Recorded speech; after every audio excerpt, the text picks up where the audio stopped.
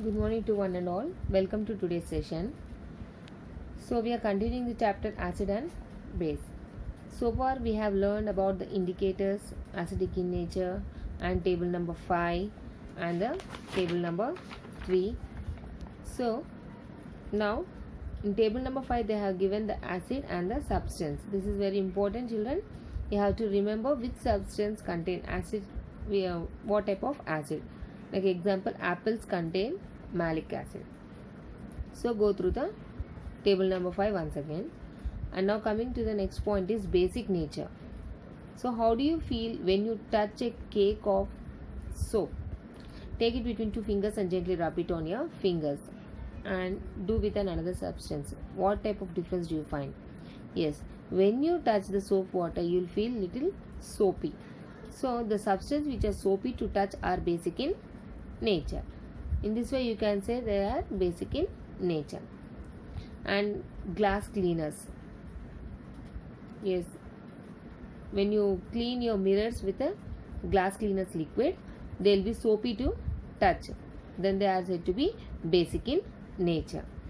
And they have given some substances and what they are the base, like lime water. Lime water contains calcium hydroxide and it is called as base.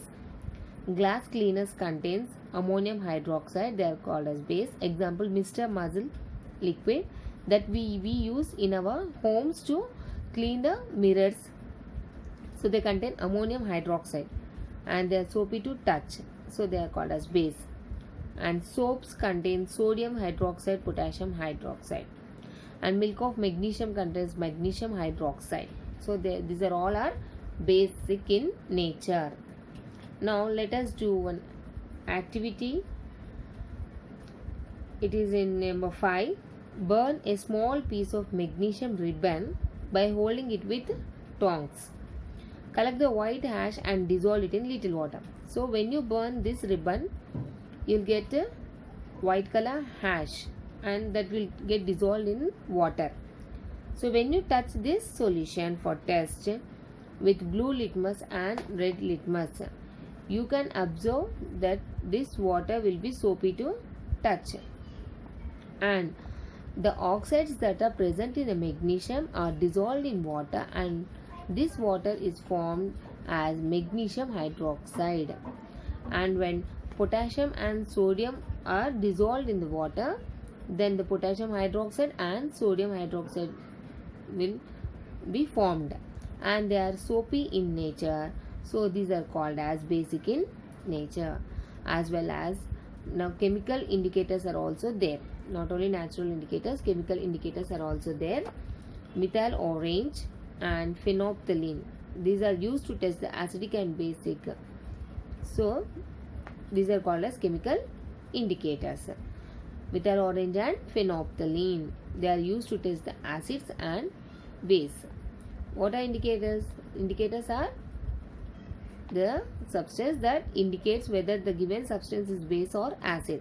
So these two are called as chemical indicators. Activity number 6. Let us do 6. Here they have given box table number 7. Here you have to mention the substances and when it is tested with colorless phenolphthalein and methyl orange in the lab, what is the color has been observed when you test with these substances. The substances you have to take from the table number 3. So in table number 3 already we have seen orange, tomatoes, baking soda, saliva, vinegar, salt water, shampoo water. So with these substances you have to do experiment. So take a small amount of substance in 2 test tubes. Add a few drops of phenolphthalein and methyl orange to each test tube separately. So what do you observe? So when suppose spirit is taken in the 2 test tubes and add in one test tube phenolphthalein and another test tube you add methyl orange. So you can see phenolphthalein does not change its color. This is phenolphthalein and this is methyl orange. You can see that phenolphthalein does not change its color. So you have to write colorless. And methyl orange changes into red color. Next, saliva. saliva neutral, does not change its any color, and methyl orange also neutral. Next, cucumber, phenolphthalein colorless, methyl orange red, ridge gourd colorless, methyl orange red, kheera pink, methyl orange change into yellow. So this activity we cannot do in our home, we can do it only in the lab. So just you have to note down these changes, and 2 test tubes we have taken, and we have to imagine that we have taken the 2 test tubes and we added these substances in the, and we have added the phenolphthalein and methyl orange. So when we do this activity we can observe these changes. So anyways, after the school reopens we can do this activity in the lab. Don't worry, just go through the workbook and learn. Now what can we conclude from this above data? We can conclude that some are acidic in nature and some are basic in nature and some are neutral. Now they have given a box at the bottom of this page. Do you believe that blood comes out from a lemon, or is it possible? So coming to this point, when a magician or a juggler cut a lemon, blood flows out of it. So when you go for a magician show, they'll cut the lemon and you can see blood coming out from a lemon. How does the blood come out from a lemon? Is it a magic? Yes, we think it is a magic. So before this, the magicians, what they'll do, they'll dip the knife, they'll cut the lemon by using a knife. So before coming to the show, they will dip this knife in methyl orange or hibiscus solution. So what happens? The methyl orange, when it reacts with the citric acid present in the lemon juice will changes its color into red, from yellow to red. So we think the blood comes out of a lemon. No, this is not happen. So this is all because of the acidic nature, the reaction between the methyl orange and the lemon. Now we can say the lemon is an acid, natural acid. So in many of our places we find people are doing this as and presenting as a magic, and in some areas they are also doing as black magic, like Mantralu, Chetabadi, Bhanamati. We can say these all things as black magic. So by this they deceive the people. So here in above activity table number 7, now can you say what are acids and what are base? Yes, the indicator that changes into red color are called as acids. Here the saliva, the spirit is acid because methyl orange is changed into red color. And next one is saliva. It is neutral, so it is not acid, not base. And next one I have told about the cucumber. Cucumber is also acid, spirit and cucumber. Next one I said ridge gourd. It is also acid. Next one is kheera. Here the methyl orange is changed into yellow color and phenolphthalein is changed into pink color. So it is base.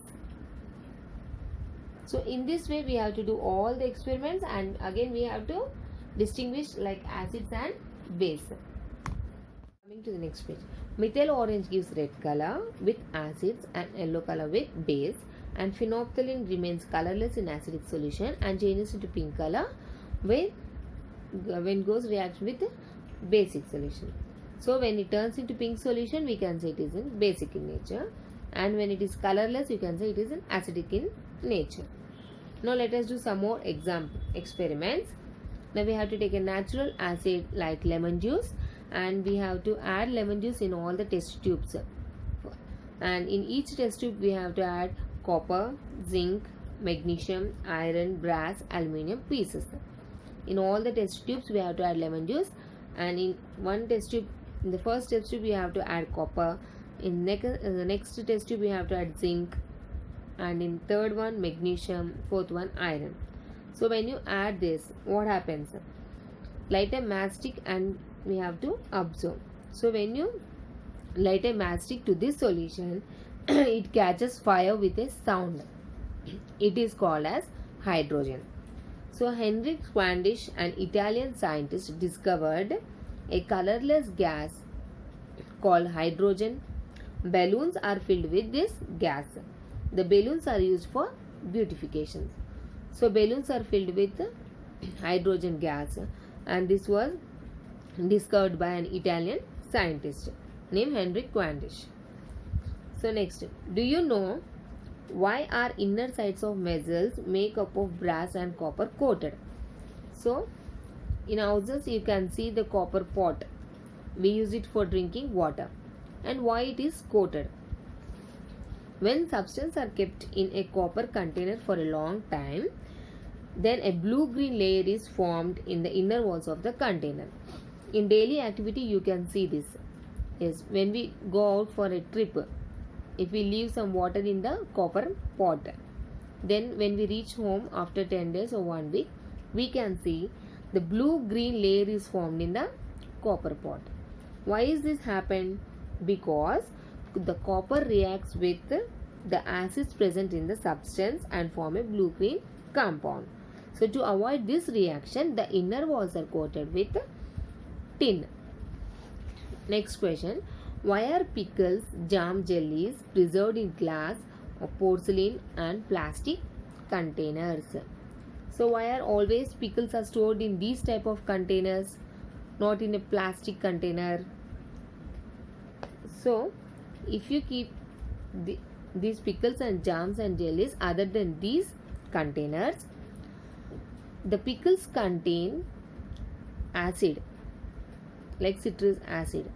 So these citric acid will get reacted with the containers, and when we eat the jam or pickle which are kept in another containers, it may harm us. So the pickles are always kept in glass jars. They are preserved in glass jars only.